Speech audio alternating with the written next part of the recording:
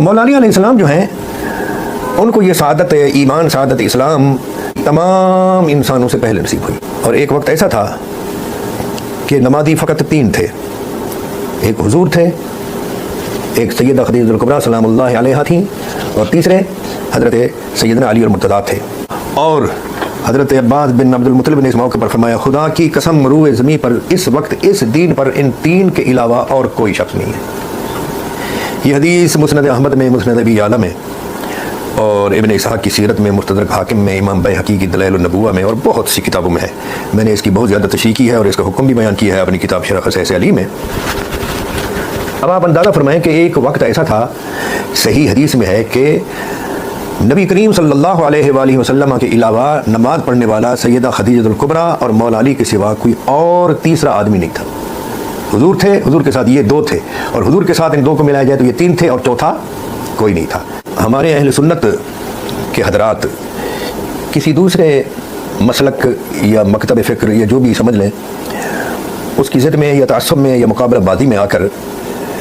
سیدنا علی المرتضیٰ علیہ السلام کی یہ فضیلت اور یہ خوبی جو ہے اس کو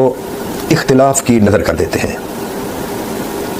جبکہ نبی کریم صلی اللہ علیہ وآلہ وسلم نے بھی اس خوبی کو تسلیم فرمایا ہے. اور آپ نے خود ارشاد فرمایا کہ آپ کی پوری امت سے اسلام میں حضرت علی جو ہیں مقدم ہیں. یہاں ہم اسلام کی تقدیم بیان کر رہے ہیں کہ اسلام میں سب پر مقدم ہے. اب اس میں جب اظہار ایمان فرمایا مولا علی رضی اللہ تعالی عنہ نے، اگر اس کو 10ویں سال تک بھی ہم مان لیں، جیسا کہ اکثر سیرت نگار حضرات نے کہا ہے کہ صحیح قول یہ ہے کہ جس وقت آپ نے اظہار اسلام فرمایا تو اس وقت آپ کی عمر مبارک 10 سال تھی. تو 10 سال کا جو بچہ ہے وہ کسی کی بات پر لبیک کہے، کسی کی بات کی تصدیق کرے تو اس کی بھی ایک اہمیت ہے، اور خصوصاً عقل مند بچہ. تو جب 10ویں سال میں انہوں نے نبی کریم صلی اللہ علیہ وآلہ وسلم کی تصدیق فرمائی، تائید فرمائی، اور دوسرے دن آپ کے ساتھ نماز میں بھی شامل ہو گئے، اور آقا نے بھی اس اسلام قبول کرنے کو، ان کے اس دور کے اسلام قبول کرنے کو مقرر رکھا، اور پوری امت سے سبقت اور تقدیم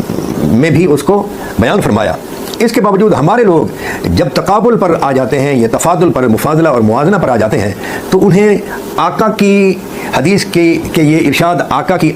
اپنی سوچ، اپنی عقل، یعنی آقا نے 10ویں سال میں ان کے اسلام قبول کرنے کو مقرر رکھتے ہوئے فرمایا نا کہ اقدم امتی سلمن، میری پوری امت سے یہ اسلام میں مقدم ہے جس کے ساتھ میں نے